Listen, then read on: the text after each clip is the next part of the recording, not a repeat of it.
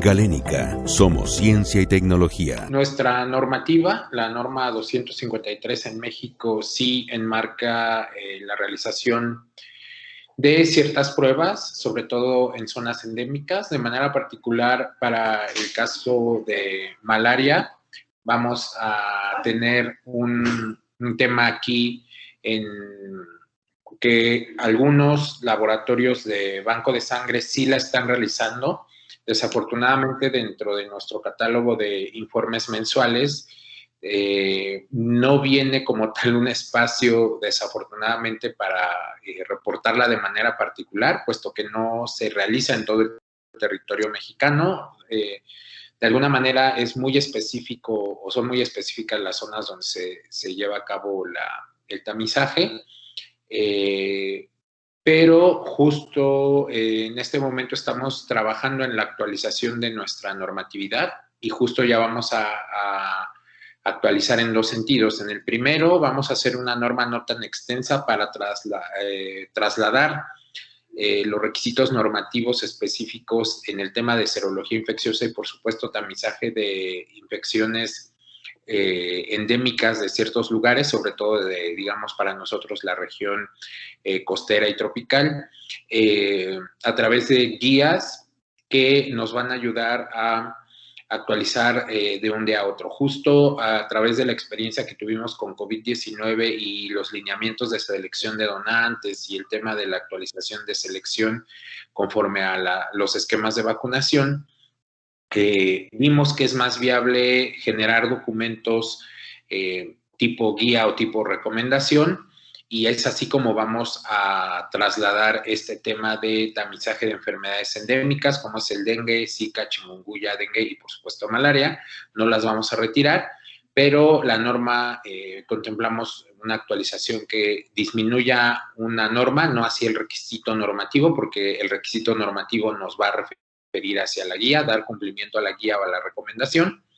¿Por qué? Porque de manera particular en México el actualizar una norma lleva bastantes años, entonces obviamente el avance científico no se detiene, o justo el tema de actualización me permite actualizar una guía o un lineamiento mucho más rápido de un día a otro, incluso a diferencia de una norma, al menos en nuestro país, que lleva ciertos tiempos y que a veces nos ha pasado que para cuando la norma ya está aprobada, ese cambio, esa actualización, pues ya en un año o dos estará obsoleto. Entonces, o de plano ya está obsoleto para cuando está autorizada. Entonces, seguimos en esa misma línea.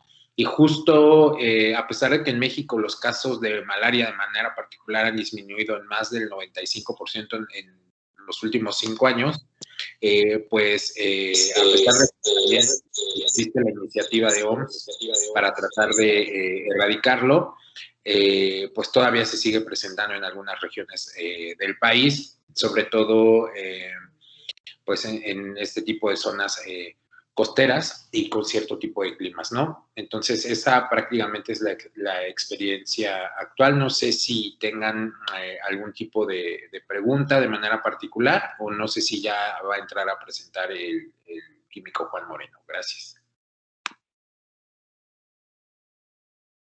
Sí, Edgar va a poner la presentación y yo la voy a ir comentando, efectivamente.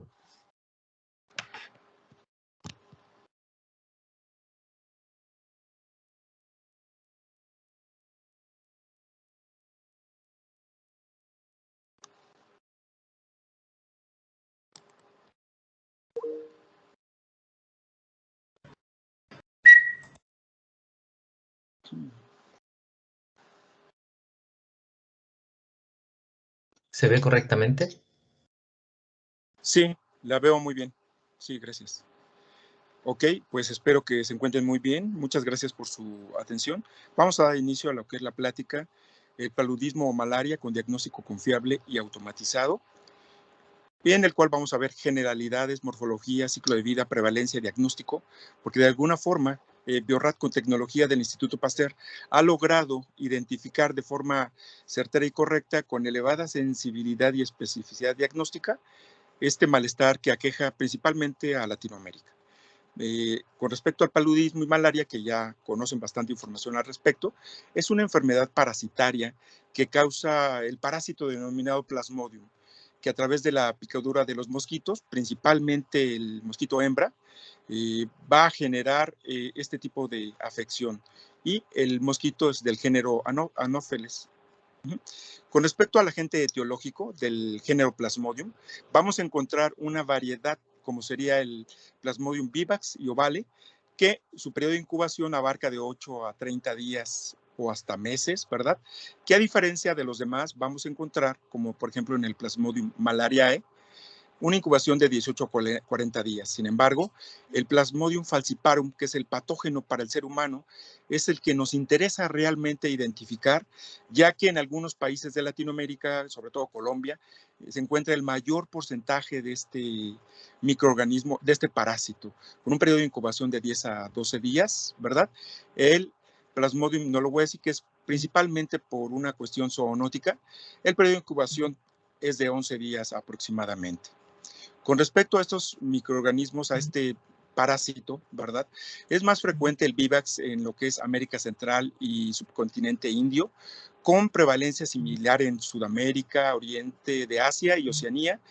El Plasmodium ovale es más frecuente en Asia sudoriental y también se encuentra en África subsahariana principalmente.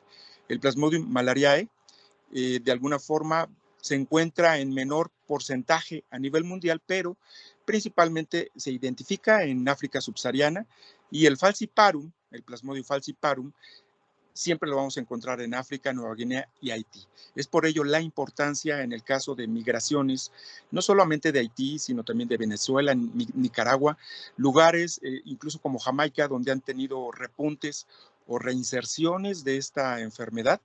La vigilancia, como lo recomienda la Organización Mundial de la Salud, incluso en los sitios donde ya se encuentre erradicado o controlado. ¿Sí?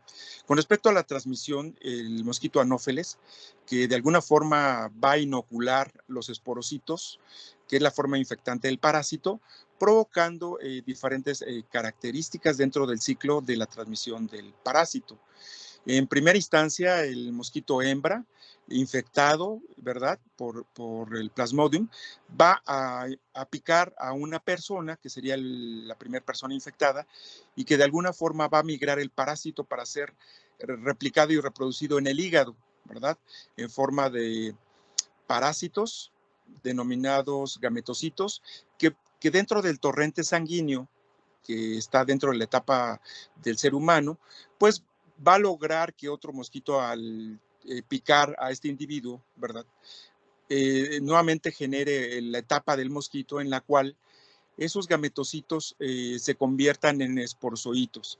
Y de esta forma cerramos el ciclo, ¿verdad? En la cual de una sola persona infectada puede transmitirse a un gran número, como ha sido el caso de Jamaica, que inició con la punta de iceberg de 6 casos documentados hace 2 años, como lo indicó la OPS en Washington, y que al cabo de un diagnóstico exhaustivo de pruebas de screening, solamente estábamos observando la punta del iceberg y en realidad se confirmaron cerca de 500 personas infectadas cuando era un lugar ya controlado.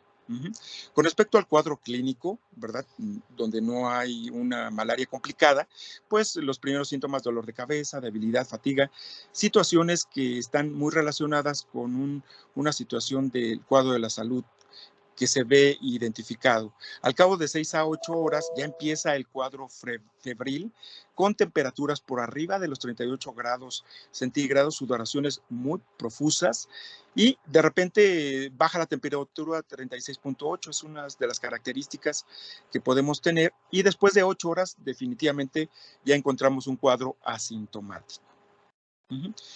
Con respecto al cuadro febril que podemos ver en esta imagen, con respecto al Plasmodium vivax, vamos a ver precisamente las situaciones terciarias benignas o simples, en las cuales al tercer día hay un incremento de la temperatura, no así en malaria que se denomina fiebre cuartana, pero en el parásito que nos interesa el día de hoy, que es el Plasmodium falciparum, vamos a tener terciana maligna o subterciana, en la cual al tercer día después de que se baja la temperatura, ya se incrementa la temperatura y se mantiene constante con picos, pero jamás va a bajar. Entonces es un cuadro característico que va a identificar a los diferentes Plasmodium o las infecciones de los mismos, teniendo un cuadro clínico característico en el ser humano con sintomatología específica en signos neurológicos, pulmonares, con temperaturas que bajan y suben, vómito, diarrea, hematuria, sangrado extremo. Todo esto de alguna forma va a ayudar al médico a hacer un diagnóstico. Sin embargo, siempre será importante, ¿verdad?, conocer la prevalencia que hay a nivel mundial y en Latinoamérica. Sabemos que en el caso de Chile, pues no se encuentra presente la malaria, pero sí está dentro de los países que de alguna forma tienen que vigilar, mantener la vigilancia de acuerdo a la Organización Mundial de la Salud, que aunque ya se encuentre erradicado o controlado, ¿verdad? Una imagen más, vamos a encontrar que son de alguna forma los sitios idóneos donde si tenemos migrantes o población de los países con alta prevalencia en Latinoamérica, como los que ya he mencionado, Haití, Venezuela, Nicaragua, Jamaica, pues las situaciones de vacaciones van a provocar una reinserción de esta enfermedad dentro de los países que ya están controlados. Y si no se mantiene una vigilancia, como ha sido principalmente el caso de Nicaragua, ¿verdad? Rápidamente se van a presentar situaciones donde la Organización Mundial de la Salud establece una alerta para que tomen medidas que no sean tan poco eficientes y que favorezcan que se incremente la enfermedad en sitios donde anteriormente ya habían sido erradicadas o se mantenían controlados. Conforme a la información de la OPS, vemos que Chile efectivamente pues, no presenta malaria dentro de su entorno en incidencia en los últimos años. Sin embargo, los últimos reportes que ustedes mostraron en el 2014, 2015 había poquitos casos y está el caso de Chagas, lo cual indica que de alguna forma pues se presentan las situaciones idóneas, ¿verdad?, para la proliferación de mosquitos. Con respecto a México, vamos a encontrar, como lo indica la Organización Panamericana de la Salud, que efectivamente la malaria se encuentra de forma focalizada en países y dentro de los países se encuentra en regiones específicas y dentro de alguna zona geográfica también se encuentra focalizado. Es por ello que la Organización Panamericana de la Salud indica que en esos sitios, ¿verdad?, se puede llevar a cabo campañas de información, ¿verdad?, mediante situaciones que prevengan la proliferación de mosquitos. Y en México, si ustedes observan, en diferentes estados de la República o regiones, vamos a encontrar en las diapositivas siguientes cómo se presenta los Plasmodium en diferentes años se han identificado. Una más, por favor. Y otra más. Y esa está la correcta. De acuerdo a la NOM 032 de diagnóstico en México, vamos a encontrar que se recomienda llevar a cabo la serología, ya sea en tiras reactivas o en estudio de gota gruesa. Una más, por favor. En el diagnóstico de la CDC, menciona dos características en diagnóstico molecular y serológico. El diagnóstico molecular sabemos que es mediante metodologías PCR o el diagnóstico de gota gruesa o pruebas rápidas, ¿verdad? Sin embargo, la serología también es recomendada llevarse a cabo en donantes mediante pruebas de inmunoensayos o inmunofluorescencia para identificar riesgos que se pudieran presentar en algunas regiones. Con respecto a la Organización Mundial de la Salud, ¿verdad?, en la guía, que es la publicada en el 2009 y es vigente hoy día, nos menciona la importancia de prevenir la infección de malaria mediante transfusión sanguínea en pacientes y en países no endémicos. Esto es algo muy importante porque vamos a poder establecer que tenemos que mantener una vigilancia epidemiológica, no así que tengamos controlada la malaria en nuestros países. Además, si hay pruebas de detección disponibles, ellos van a indicar que todos los donantes que de alguna forma si vienen de situaciones, si en el pasado se estaban tomando en cuenta como que de riesgo y se están descartando al 100%, siendo donantes potenciales que incluso pueden ser de repetición, pues vamos a tomar en cuenta las recomendaciones de la Organización Mundial de la Salud, donde nos indica si estos donantes tienen antecedentes de paludismo o tienen riesgo de que hayan estado cerca de una exposición al paludismo, pues se van a establecer etapas en las cuales se pueden hacer un monitoreo, como lo recomienda la Organización Mundial de la Salud, mediante pruebas inmunoensayos o pruebas de ELISA altamente sensibles y específicas, que al cabo de 6 meses estos donantes se pueden reinsertar como donantes potenciales, incluso para personas de su misma población, ¿sí?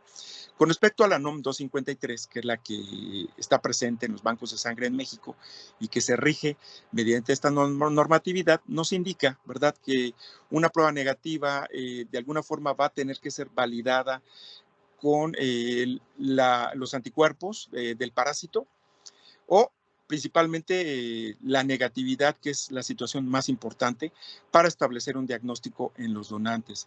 Si la prueba resulta reactiva, el donante se difiere por 3 años tras haber finalizado el tratamiento y podrá reevaluarse mediante prueba de anticuerpos, porque así ya podría empezar a donar sin ningún problema. ¿Cuáles son las medidas preventivas? A nivel internacional, dentro de las recomendaciones de la OPS y de la Organización Mundial de la Salud, pues nos indica lo que se acaba de lograr precisamente en El Salvador, que es uno de los 3 países que han logrado erradicar la malaria dentro de Latinoamérica, y de los puntos que se observaron en esas presentaciones es la educación a la población sobre la enfermedad. Incluso ellos mencionaron que a pesar de haber tenido un cambio de gobierno, debe de haber un compromiso político en el cual se lleve a cabo la vigilancia en las donaciones de sangre, pero esa educación a las poblaciones con medidas preventivas son muy importantes para poder establecer barreras de protección y no de repente presentar una situación como Jamaica, la punta del iceberg, con 6 casos que en realidad eran 500 o 600 casos los que finalmente se confirmaron con pruebas serológicas.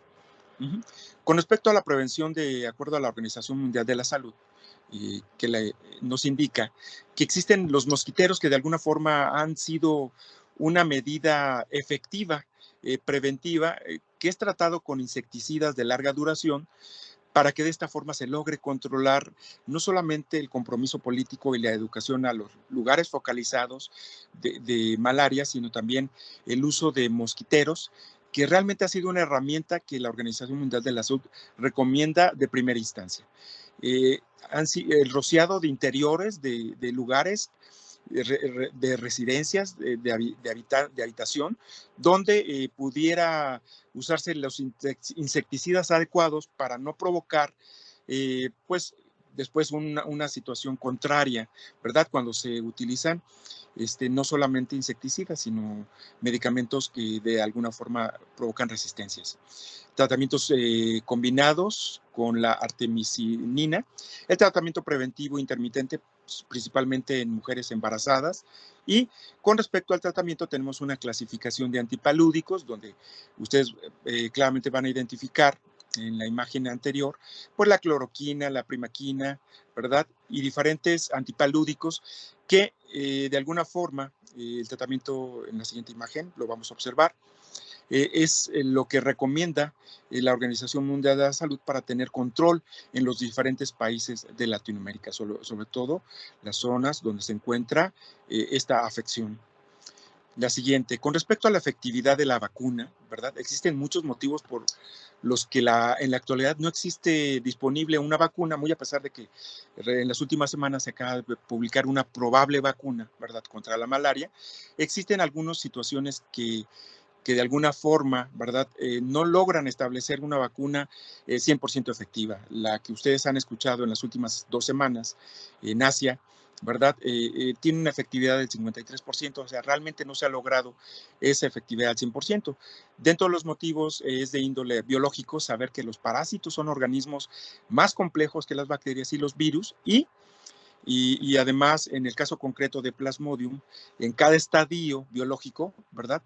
Va a haber una envoltura antigénica que se modifica constantemente confundiendo al sistema inmune. Esto es lo que ha provocado que las vacunas que de alguna forma se han investigado no sean efectivas al 100%. Con respecto a la estrategia mundial contra la malaria, para disminuirla o controlarla de la Organización Mundial de la Salud 2016-2030, ¿verdad?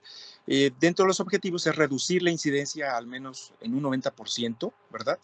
Reducir la tasa de mortalidad del paludismo al menos en un 90% y eliminar el paludismo a nivel mundial por lo menos en 35 países. Ajá.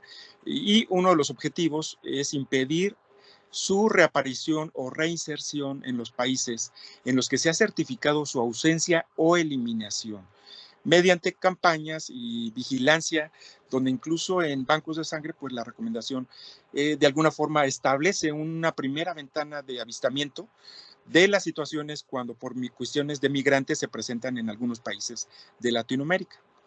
Ajá. Como ya lo había mencionado, se requiere del compromiso político, ¿verdad?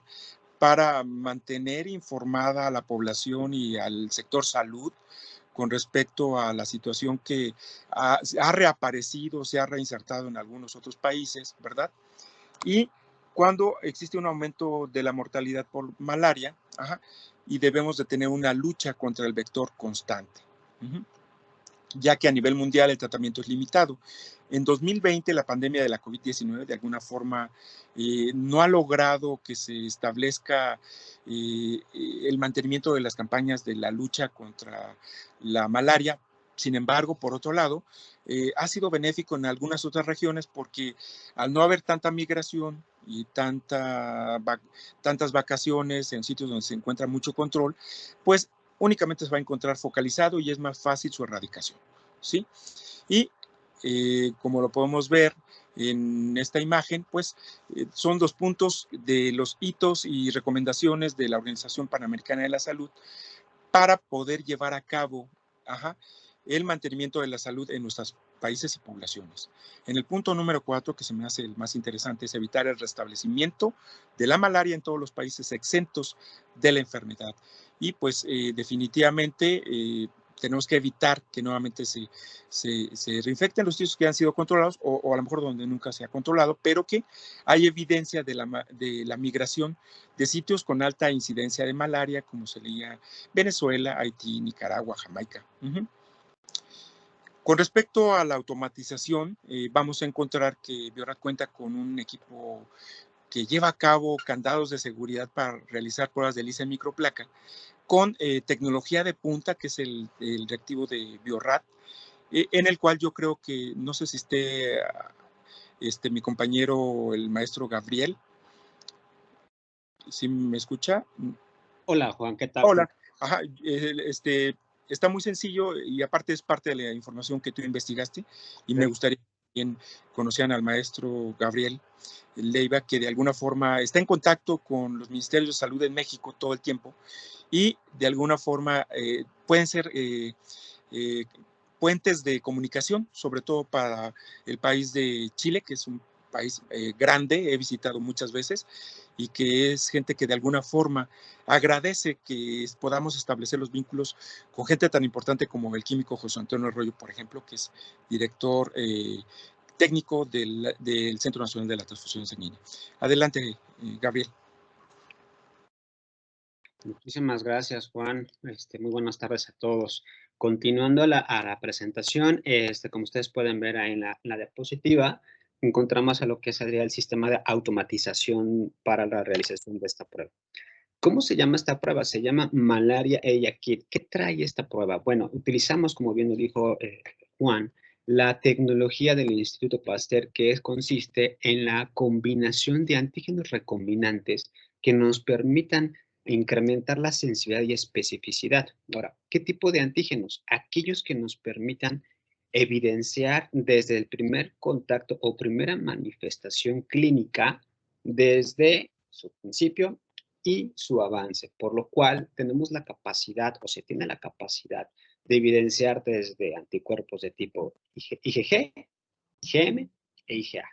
¿Contra qué? Contra todas esas variantes de Plasmodium. Ahora, en resumen, es una diapositiva que se realiza y muestra de manera sencilla cómo se lleva a cabo esta prueba. Partimos de que nuestra placa está sensibilizada con estos antígenos recombinantes, que son proteínas de superficie, ¿sale? Que son proteínas que están conservadas en unos estados cuando se liberan los merosoditos, ¿sale? Vamos a manejarlo así, en resumen. Después, estos, al momento de ser colocados en la placa y ser sometidos a una interacción antígeno-anticuerpo con la muestra presuntiva o analizada, pues vamos a tener esa capacidad de evidenciar este tipo de anticuerpos mediante una lectura. ¿Okay? Se hace una serie de lavados, así como la revelación con antígenos recombinantes igual marcados que nos va a permitir capturar esos anticuerpos. Posteriormente se hace una lectura a una longitud de onda de 450 nanómetros, así como utilizar otra longitud de onda que me permita corregir esas posibilidades de manipulación inadecuada de la placa, que en la mayoría de las ocasiones es de que sacamos el producto, en este caso la placa, en ocasiones agarramos en donde no debemos de tomar la placa, en ocasiones manipulamos de forma incorrecta la placa. Esa longitud de referencia nos va a permitir corregir todo ese posible error que pudiéramos tener preanalítico para que el sistema haga la detección de manera correcta. La siguiente, por favor. Bueno, ¿qué les pongo en esta diapositiva que me parece muy importante? Con todo lo que nos dice nuestro compañero Juanmo, en donde todo lo que se ha tenido y reportado a nivel mundial respecto a las metodologías existentes para lo que es evidenciar la presencia o la detección de nuestro agente infeccioso en particular, las vamos a englobar en estas metodologías que son microscópica, que es el estándar de oro considerado, las pruebas rápidas, así como las pruebas moleculares, y a lo que nosotros enfocamos, que son las pruebas de inmunoensayo enzimático. ¿Qué tiene de peculiaridad las pruebas microscópicas? Las vamos a poder clasificar o las vamos a llamar como los grandes avances o capacidades que tienen, pero al mismo tiempo tienen unas limitantes, o le vamos a llamar unas oportunidades de trabajo. Por ejemplo, microscopía. La microscopía es muy sencilla y por eso se le llama el estándar. Tiene la capacidad de identificar y diferenciar los distintos estadios que pudiera tener el parásito. Ese se me parece perfecto, ¿sale? Además, podemos hacer la determinación de la densidad parasitaria, pero tiene un inconveniente, y bien lo dice la literatura, que aquellas regiones en donde no tienen incidencia, no tienen casos de malaria, no tienen casos de presencia de Plasmodium, es imposible que exista una competencia certera del analista para la detección, porque no hay una constante experiencia de lectura, ¿sale? Entonces, esa es la principal limitante, que lo vamos a llamar oportunidad para aquellas situaciones en donde quisiéramos utilizar la lectura microscópica. Además, la otra parte importante, si no tenemos esa experiencia, es la toma y manipulación de la muestra. Si no hay una correcta toma de muestra, es una gota, tal vez no es suficiente, no tiene mucha complicidad, pero al hacer el extendido sobre un portaobjetos, si no es la manera correcta, hay una mala calidad de muestra y tendría que ser rechazado. Entonces, todo eso engloba a lo que es la competencia del manejo para la prueba microscópica. Ahora, pasamos a otra metodología. Las pruebas rápidas son muy buenas. Sigo insistiendo, no me dejará mentir mi compañero Juan, todas las metodologías son buenas, todas son muy buenas, pero hay que entender las metodologías. Y ya cuando las entendemos, vamos entendiendo hacia dónde tenemos que manejarlas, porque en lugar de ser buenas, son buenas para generar problemas. ¿Por qué lo decimos? Bueno, la prueba rápida es muy buena por el sentido que es rápido, porque hay una lectura de entre 20 y 30 minutos la mayoría de estas pruebas. La interpretación es visual, que permite hacer la presencia o ausencia de banda. Pero hay una situación interesante, una oportunidad o una limitación, que va a depender del analito utilizado o antígeno a determinar. ¿Por qué? Eso es importante. Porque podemos tener falsas negativas. ¿Vale? ¿En qué sentido? Bueno, porque dependiendo de la densidad parasitaria, la detección de estos analitos puede ser mermada. ¿Qué analito se utiliza? Bueno, pues se utiliza para lo que es Plasmodium falciparum, la proteína rica en histidina llamada P2, o la lactato deshidrogenasa, es una enzima. Cuando la densidad poblacional o parasitaria no llega a la requerida, podemos tener una falsa negatividad. Entonces, aquí vamos a depender la población o densidad parasitaria al momento de tomar la muestra. Si le sumamos que tal vez no hay una buena calidad de muestra, entonces esta prueba tiene su limitante o área de oportunidad para regiones en donde no hay un reporte de presencia de malaria. Y eso lo remite la literatura. Y ahora, si le sumamos a una parte más, que no lo agregué, es la combinación de analitos. Es decir, si yo quiero una prueba porque quiero captar la mayor población, porque quiero hacer una diferenciación, porque no quiero que se me vayan esas unidades o esas posibilidades de diagnóstico y voy a utilizar varios analitos para poder hacer la diferenciación, hay un problema. Porque entre especies, ¿sí?, la densidad poblacional cambia. Y entonces, si tenemos la posibilidad de tener o captar aquella unidad o aquel paciente que pudiera tener probablemente una coinfección, que es muy limitado, la densidad poblacional de un antígeno o de un analito va a mitigar la detección de otro, por lo cual está afectado por un efecto prozona también. ¿Vale? Bueno, ahora, si nos vamos a lo siguiente, que es ahorita miras de todas las regiones a esta infección, que es la detección molecular, es una de las mejores opciones que posiblemente también podamos encontrar. Yo me formé en biología molecular y les puedo decir que es muy buena, pero también conocemos muchísimos puntos. ¿A qué es? A lo que nos vamos a enfrentar. La número uno es que tenemos que tener la capacidad de ambiente. ¿Eso qué quiero decir? Que, bueno, un buen ambiente de trabajo, sumado a esto, la utilización de buenos biomarcadores para poder evidenciar la presencia de agente infeccioso, a veces no es tan sencillo. No es tan sencillo que en ocasiones, cuando lo tienes, perfecto, pero tienes que sumar nuevos marcadores que implicaría otra inversión para que puedas hacer la diferenciación de especies. O sea, te detecto, pero no sé qué es. ¿Quieres que sepamos qué es? Bueno, vamos a utilizar otros marcadores que implicaría otra prueba. O sea, serían dos pruebas en una. ¿Para qué? Para que puedas incrementar la sensibilidad de tu sistema, asimismo poder diferenciar. Ahora, si comparamos esta metodología con las anteriores, pues es muy, muy sensible porque vamos a una capacidad de detección de 1 hasta 10 parásitos por microlitro. La prueba rápida va de 100 a 1000 parásitos por microlitro. La microscópica va a depender de la experiencia o la competencia del analista, que va desde 50 parásitos por microlitro hasta 500. Entonces, ahí es en donde tenemos que trabajar. Ahora, ¿qué pasa esto? ¿Qué vamos a ahorita? La utilización de metodologías automatizables o la utilización de la prueba de inmunoensayo enzimático. ¿Qué es? Pues utilizar aquellos antígenos recombinantes que me permitan evidenciar una reactividad, evidenciar una interacción antígeno-anticuerpo desde el día 10 en que empezó a tener sintomatología el individuo. Ahora, pero también, si tienes la capacidad de evidenciar o tener un marco más grande de detección, es decir, IgA, IgM, IgG, que pueda reducir aún más ese tiempo de detección, es la mejor oportunidad que puedas tener. Si lo puedes automatizar porque no hay una experiencia en lectura microscópica, no hay una experiencia en manejo de equipo molecular, que implica también la manipulación de muestras y reactivos e interpretación, la forma en poder interpretar una prueba inmunoenzimática es muchísimo más sencilla. ¿Sale? Ahora, si utilizas antígenos que son comunes en varios, vas a poder tener esto una buena herramienta de evidenciación de anticuerpos. Ahora, ¿qué tenemos o qué pudiera tener una oportunidad también a este sistema?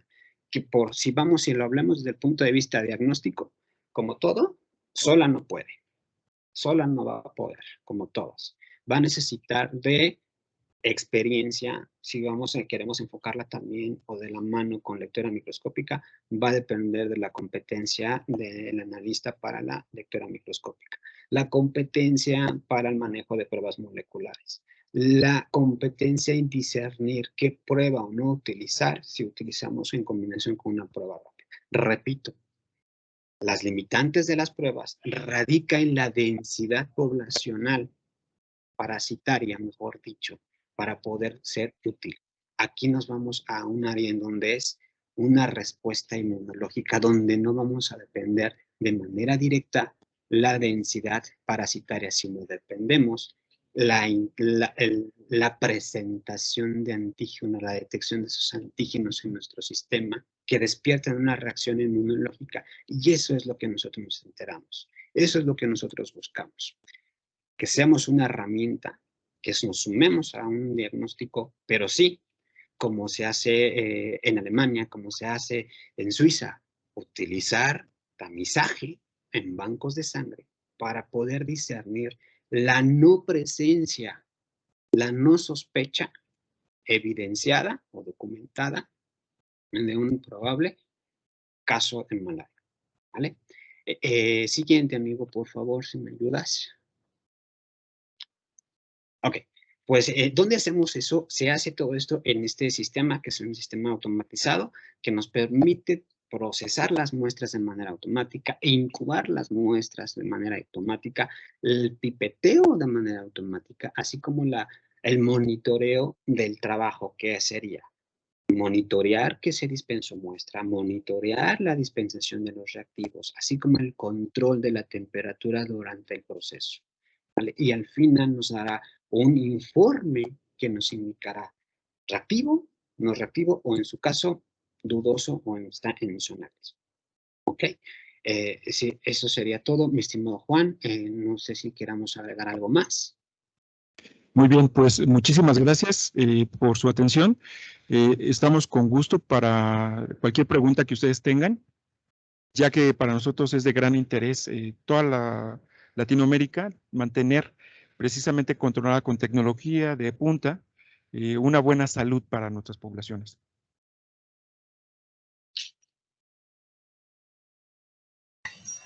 ¿Aló? ¿Aló? ¿Se escucha? Sí, se escucha perfectamente bien. Loreto Vergara de Chile. Sí. Consulta, ¿en donantes asintomáticos tienen algún estudio que hayan podido revisar dentro de la bibliografía que aparece en la presentación? Se han realizado estudios, pero cuando se han identificado presencia de algunas situaciones foráneas, y pues sí se han logrado encontrar, pero en donantes, directamente donantes, no lo creo. No sé si tenga el estudio de nuestro inserto, estudios en donantes. Gabriel, ¿no recuerdas? No. Hay pocas literaturas relacionadas a pacientes asintomáticos en donde sí se intenta detectar. La evidencia que favorezca a la capacidad de detectar va a depender mucho, en este caso, de la población que acepte participar, ya que la mayoría de las ocasiones quien participa es cuando ya presenta una sintomatología, más no cuando no presenta sintomatología. Regularmente... Sí, es el mayor riesgo, disculpa, es el mayor riesgo que tenemos en los países no endémicos, ¿cierto? Claro, es correcto. Por ejemplo, en México, el reactivo que tenemos debe ser evaluado por el Centro Nacional de la Transfusión Sanguínea y exclusivamente se hace con donantes, no población de riesgo. Ajá, entonces, yo creo que podemos pedir esa información para compartirla con mucho gusto, doctora.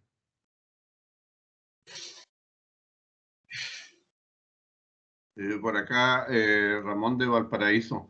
Sí, Mira, quisiera saber cuál es el periodo de ventana que tiene la técnica de inmunoensayo para la determinación. Porque escuché en la presentación que decía desde el momento de la infección, pero ¿qué tan próximo es eso? Porque tengo entendido que es una técnica indirecta.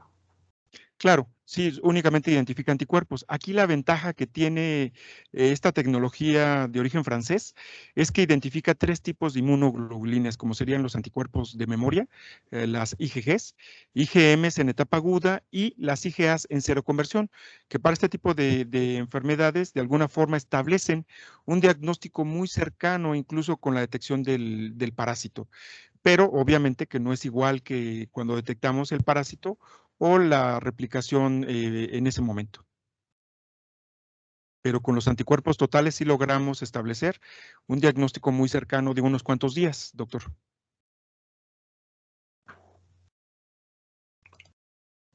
Gracias. Sí.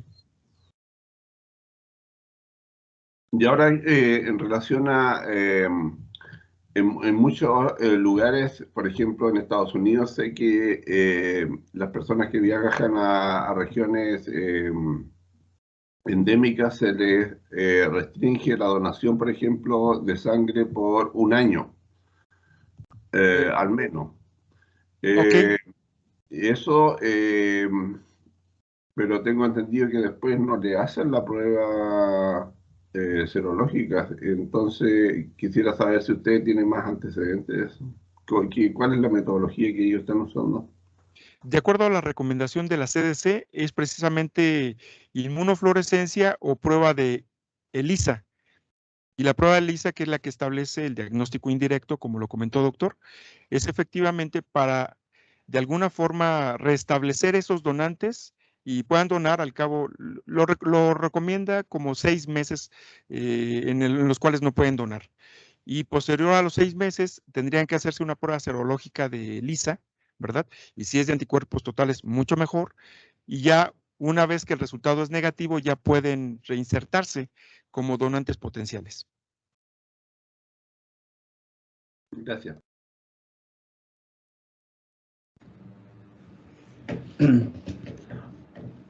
Hola, buenas tardes. Hola, buenas tardes.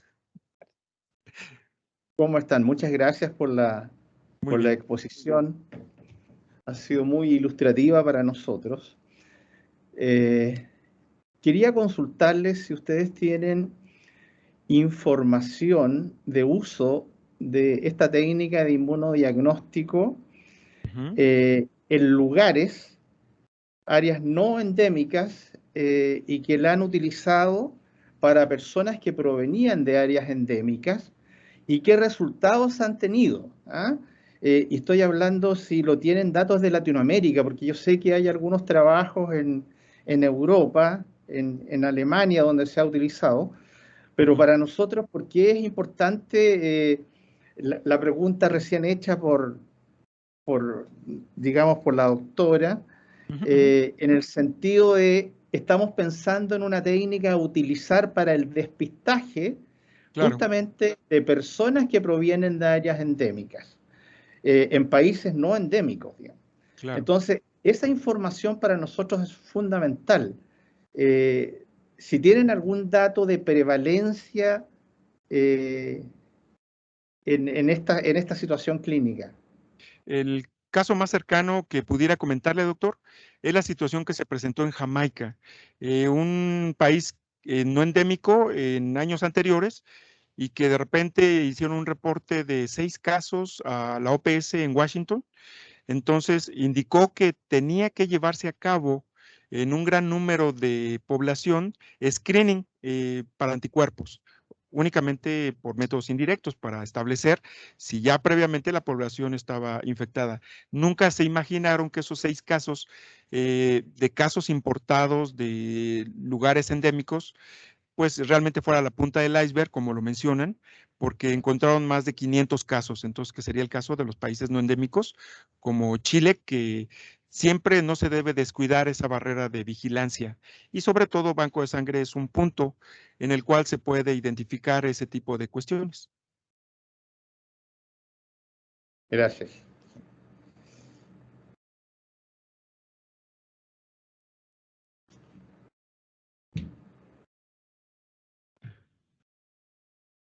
Si no hay más preguntas, ¿hay algún Les vamos a compartir la presentación.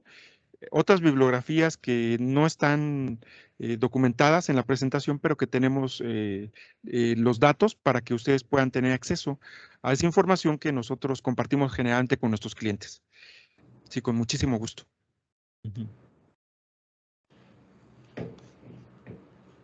Sé que hay personas de hospitales, del Instituto Nacional de Salud, que es un lugar que he visitado. Me parece gente muy profesional y muy responsable. Me da gusto que estén preocupados por su población y por su país, porque Biorrad es una empresa que está comprometida con la salud, pero sobre todo de un diagnóstico de elevada sensibilidad y especificidad, con productos de calidad. Muchas gracias, Juan. Muchas gracias, Gabriel. Gracias a todos los invitados. Nuestra intención era tratar de un poco entregar información. Esperamos que hayamos cumplido sus expectativas. En lo que podamos ayudar, por favor, cuente con nosotros. Lo que decía Juan de compartirnos cierta información, nosotros se los vamos a estar enviando a los correos de cada uno porque tenemos sus contactos, así es que quedamos atentos a si tienen algún otro requerimiento, cualquier solicitud de información, estaremos complacidos de compartirla. Así es. Muchísimas gracias. Sobre todo con Galénica, que es una empresa en toda Latinoamérica, pero sobre todo en Chile, muy responsable con los hospitales y las universidades. Mantener la comunicación de educación. Muchas gracias. Muchas gracias, Juan. Un abrazo a todos, cuídense mucho, que tengan un lindo fin de semana. Un abrazo. Chao, chao. Gracias. Un gusto saludarlos. Gracias, Edgar. Chao. Chao. Chao. Gracias. Gracias. Chao, chao.